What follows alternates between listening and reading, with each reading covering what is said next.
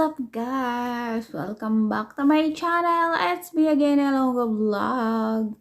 So for today's video, reaction natin ang isa sa mga karugtong to ng mga vlog ng Mardy about sa kanilang wedding. So dito tinalakay may tanong dito na bakit naisipan ba may tanong. Yung topic dito is bakit naisipan ng Mardy na magpakasal. Okay. Kasi ayan bago natin umpisa ng reaction video na to, no, may may lang ako dito na kasi matagal nang hiling ng iba na magpakasal sila kasi nga nagsasama sila sa isang bahay, kumbaga matagal na sila nakabukod guys sa kanilang mga magulang. So madami nagsasabi na hindi sila legit na mag-couple, hindi sila tunay na nagmamahalan, scripted ng lahat. So ayan, sa tinagal-tagal at last, ayan, magpapakasal na rin sila. Sabi ko nga noon, hindi madali ang magpakasal. Ayan, hindi kasi laro lang yung pagpapakasal. Isang commitment yan, panghabang buhay. So, kung gusto nyong maging bongga yung kasal niyo, syempre mag-ipon kayo. Ayan, kaya siguro yung ginawa ng Mardy, dapat handa muna sila sa lahat. Yan, kakaharapin nila sa commitment, diba? Hindi basta-basta ang papapakasal eh. So, ayan guys, para lubos nyo maintindihan, ayan, kung bago pa lang sa channel ko, please subscribe Elongo Vlog and click the notification bell para mag-update kayo sa aking upcoming videos, reaction videos, and also live streaming. And don't forget to subscribe Mariano GTV. Ito nga reaction natin ngayon. And, ayan. And of course, ang Anvers TV. So, nasa description pa ang link nila guys kung gusto nyong panoorin yung ibang mga vlog nila, yan mga latest, ayan, at kung ayaw nyo may mga putol-putol, ayan, panoorin nyo lang yung kanilang mga vlog guys. So, ayan, thank you so much once again. Shoutout sa ating Mardy Nation, shoutout sa ating Mardy, shoutout sa lahat na sumusuporta sa aking channel mula noon hanggang ngayon. Ayan, thank you so much guys. Pasensya na at kung hindi tayo daily nakakapag-reaction guys. So, alam nyo na, boy FW.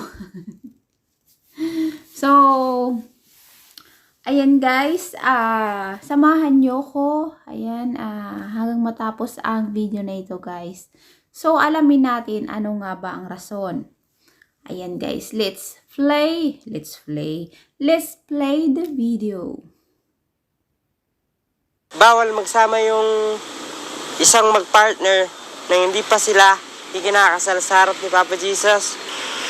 Malaki, maliit, mga dumaan sa aming mga parang binabagsahan ng lupa. Kaya namin yan. Sa totoo lang, wala akong ini-expect sa asawa ko. Dumaan kami sa emotional na problem, financial problem.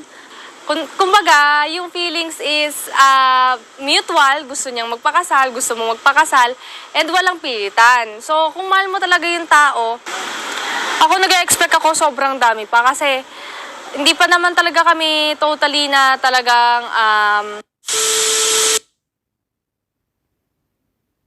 Ayan, ay hindi natin nahuli, wait lang.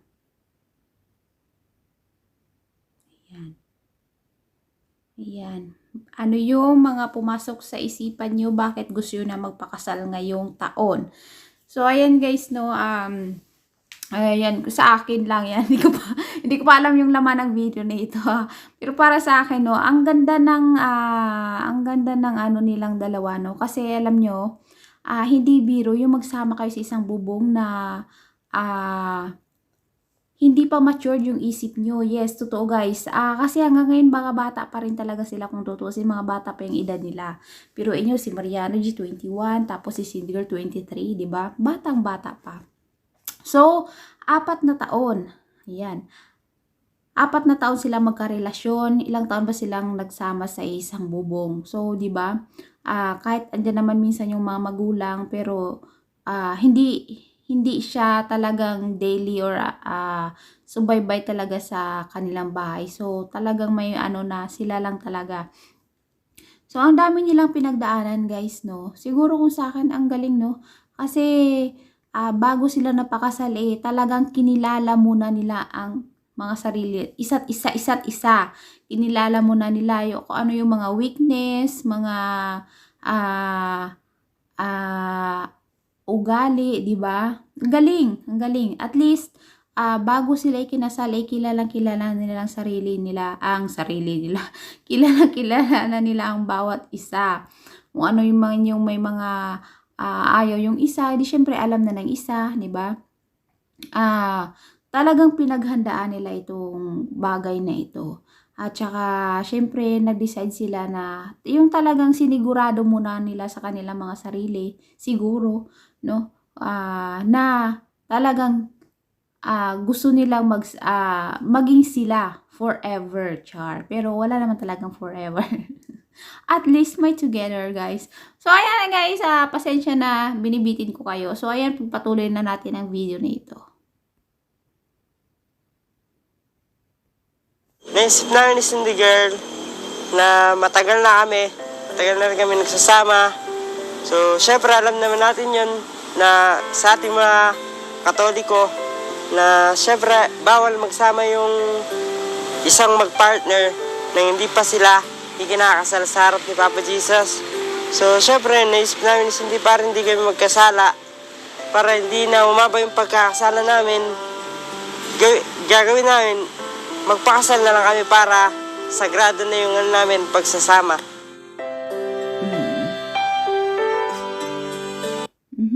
Ano daw? So, soon to be groom and bride, tanong ko sa dalawa, sa new chapter ng buhay nila, ano yung mga bagong hamon na darating sa inyong dalawa? Yun. Siyempre, hindi natin hawak yung mundo.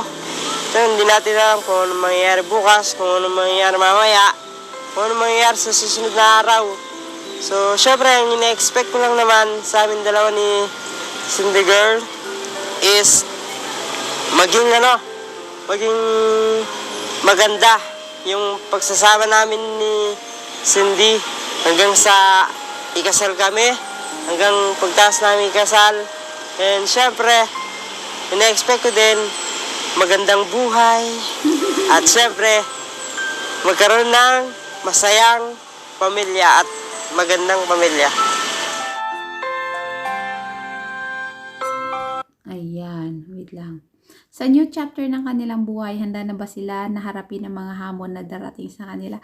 So, ang galing, no? Ang ganda ng sagot ni Mariana G. Tama nga naman, ano? Sa Bible kasi yun sa mga Katoliko na talaga dapat bawal talaga dapat magsama yung babae at lalaki na hindi pa ikinakasal. So, pero ngayon kasi sa panahon ngayon, di na talaga nasusunod yung mga ganong bagay, di ba? Sa tinagal-tagal na po talagang nagbago na. Hirap naman minsan sundin. O ano yung kinagisan kung ano. Kasi hindi mo naman alam talaga kung tama ba yun o mali. Di ba? Kahit naman tama yung ginawa mo, mali pa rin sa iba. Wala tayong magagawa. So, ang galing na sagot ni Mariana G. Kahit maiksi, tumbok naman minsan. So, ayan, alamin natin kung ano sagot ni Mariana G dito. Oo naman, basta magkasama kami ni Cindy Girl, haharapin namin yan. Siyempre, ang dami na rin namin mga napagdaan ng mga pagsubok, malaki, maliit, mga dumaan sa aming mga parang binabagsahan ng lupa.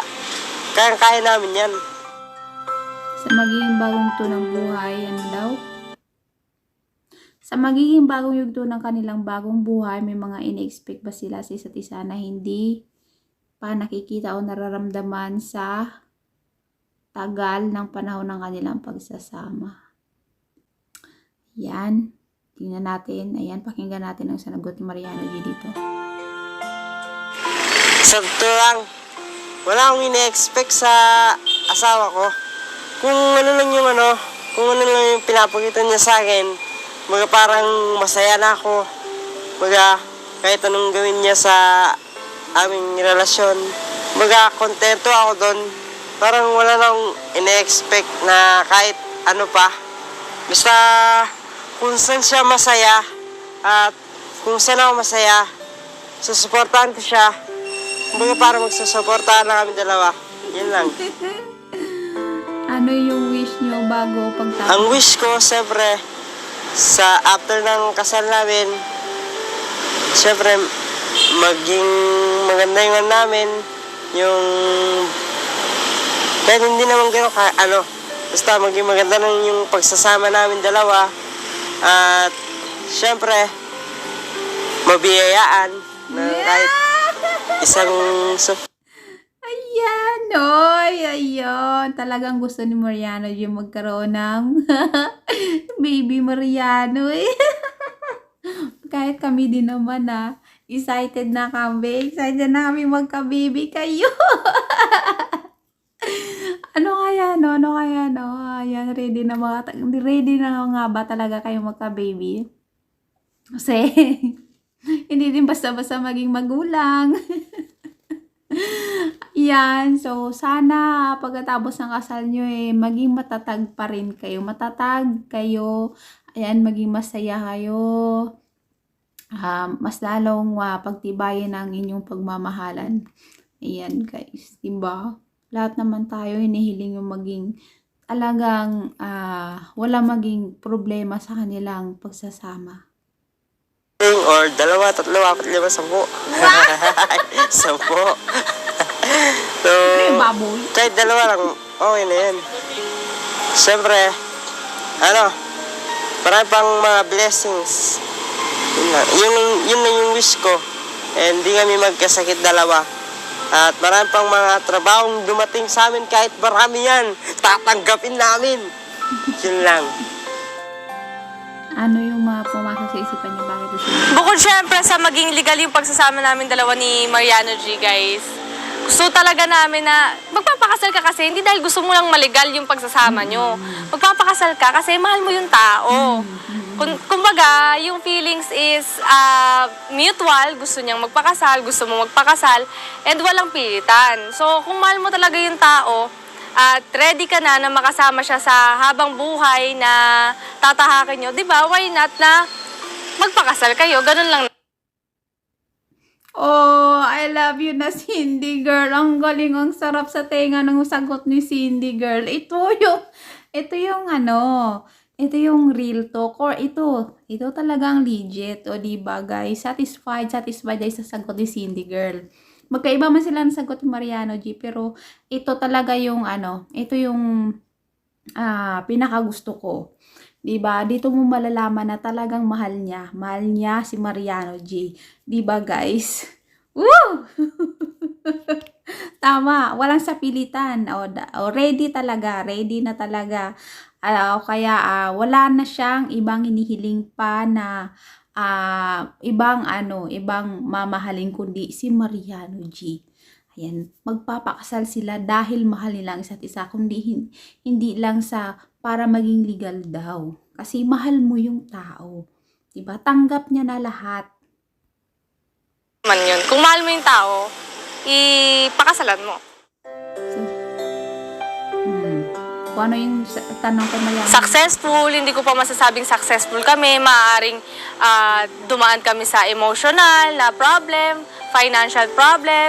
financial instability, kung ano-anong problem pa na pwede naming pagdaanan sa buhay namin. And ang ina-expect ko talaga is daraan kami sa mabigat, daraan kami sa magaang, depende sa kung paano namin i-handle yung problema namin, at ang mapapromise ko lang talaga kay Mariano G, magiging matatag ako sa lahat ng mga problema na pwedeng dumaan sa amin, at haharapin namin yon na magkasama kami. Kahit gaano pa kalaki, kahit gaano pa kabigat yung problema na dadating sa aming dalawa.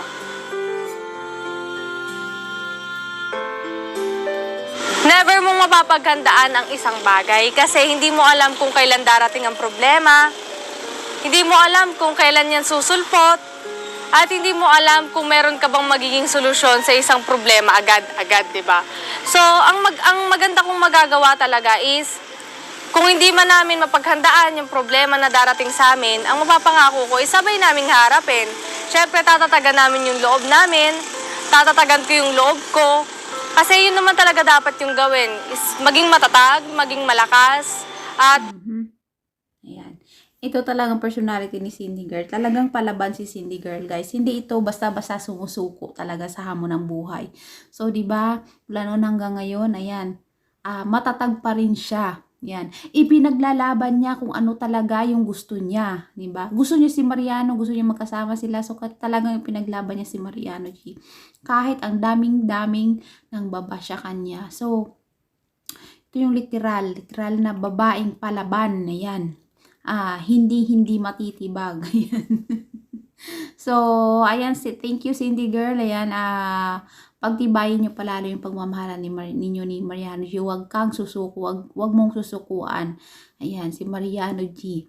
Kahit ano pa mang mangyari, talagang magmahalan kayo hanggang dulo. So, ito napakaswerte ni Mariano G, no? Kasi bukod sa maganda si Cindy Girl, may talent, matalino, at matapang. Hindi matapang, yung matatag.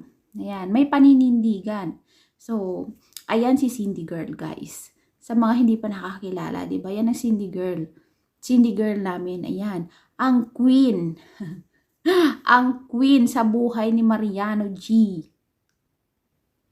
huwag kalimutan si Papa Jesus sa lahat ng pagsubok na pwedeng dumaan sa amin. Lagi talaga siya yung unang naming kakausapin, tatawagin, at wala kaming hindi malalagpasan kasi alam naming nasa tabi namin siya, nasa likod namin siya, inaalalayan kami.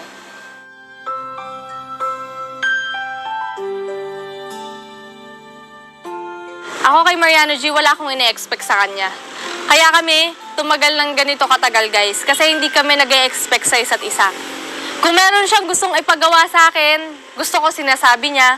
Kung meron akong gustong ipagawa sa kanya, sinasabi ko. Ayoko nung nagkakapaan kami na, ay, porkit ine-expect mo to sa kanya. O, for example, bigyan ko kayo scenario, guys. So, ako, nag-e-expect ako kay Mariano G. Tapos, hindi niya ginawa. Ang magiging resulta nun is disappointment. Kaya kung may gusto kang gawin ng partner mo o may gusto kang mangyari sa inyong dalawa, better is makipag-communicate ka. Huwag kayong magkapaan. Huwag kang mag-expect. Ang key sa long-term relationship is huwag kang mag-expect. Ako, ang wish ko lang talaga, before and after married, isa lang talaga. Maayos sa pagsasama namin dalawa ni Mariano G, and may raos talaga namin ng maayos yung kasal. Kasi alam niyo naman, guys, kung gaano kabigat and kamahal magpakasal nowadays. Excuse. Hindi kaya ko. So, ang iniisip ko lang talaga is maraos namin lahat ng mga gastusin sa kasal namin, at mabayaran namin lahat ng dapat namin bayaran, maasikaso namin lahat ng dapat naming maasikaso. Yun lang. Ano pa ba kailangan ko patunayan sa'yo, sinta, pero Diba guys, kung kayo ba nakikinig kayo sa sagot ni Cindy Girl, satisfied ba kayo? Diba? Talagang napakatalino. Smart answer. Diba? Ayun pala yung key. Ayun ko lang yun. Kasi ako, mahilig ako mag-expect. Mag-expect.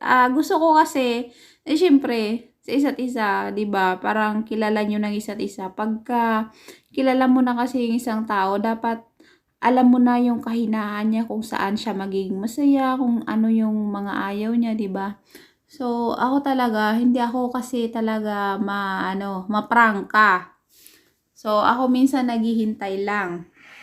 Yung bang nag-expect lang ako na gawin niya ito, ganito, ganyan. Ayaw ko yung nagsasabi ako kasi mas mahihiya akong magsabi. Oo, kaya nag-expect talaga ako. So, yan, madalas disappointment ang natatanggap ko. Diba? ko naman, iniiwasan mo lang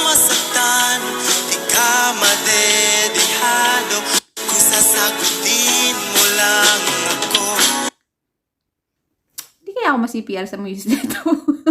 Ano bang music to? So, ayan na naman. Bakit na naman pinakita niyo yung video na ito? Nagpapainggit naman kayo sa mga single eh. Ha? Ha? Ha?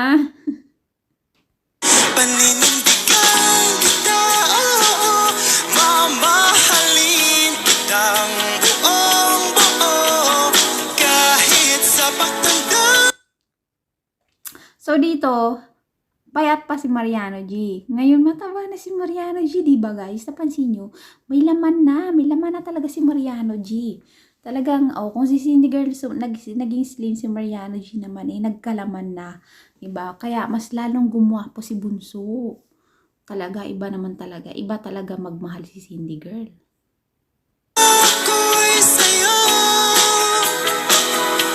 paninindigan kita, oo, ano mang sabihin sa magulong mundo, kahit ayaw nilang ako'y sa'yo, ika'y ingatan ko. So, ano, ha? Ganun na lang. So, ano ngayon? Nakikita ko yung mga eksena nyong ganyan, ha? So, gusto nyo din akong inggitin, ha? Mardy, ha? Guys, nagpapainggit sila. Ay.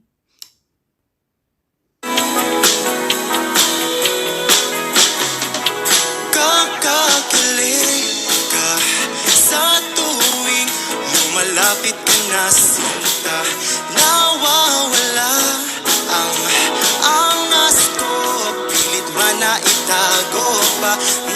Grabe kasi kung paano mo ko itahan kapag napupuno na ko sa ingay na. Parang may ano sa gilid ko. Ano, parang kalaban ni Darna. Kahit kasayos niya, no? Nagulat ako sa eksena. Talaga naman. Nako. Talaga naman, guys. Nako. Ay. Talaga nagpapainggit. Oo na. Naiinggit na kami sa inyo. Kawawa naman kaming mga single dito. Single kasi wala sa tabi namin ng asawa namin. Asan nun? Babaeng impact. Ginamong no? Alam yung kalaban ni Darna. Charot lang. Dahil guys, gusto lang namin magpasalamat sa sa mga tanong nyo. At sana nasagot namin ng maayos yung tanong nyo. Ikaw ba, nasagot mo ba ng maayos? Nasagot ko naman maayos. Parang hindi naman. Sabi ni Matt. Nasagot ko na maayos. Ha? May date na ba kayo? Oo, may final date na kami sa kasal. Ang final date namin is birthday ko, July 29, 2024, guys. Yes, guys. 3 Mm-mm. p.m. dyan sa On? katedral, simbahan. Oo, dyan sa may katedral simbahan. Yes, guys. So, ayan guys, sana nasagot namin Antipolo yung... Katedral. Antipolo Katedral. Sana guys, nasagot namin yung mga katanungan nyo. And sa mga nagdududa pa dyan, manahimik na kayo. Okay na ba yun? Guys, narinig dyan sa Antipolo Cathedral yung kasal nila, July 29, 2024. Ayan, 3 p.m. So, ayan, kung gusto nyo mag-attend, ayan, masaksihan talaga ang kasal nila ng personal, ayan.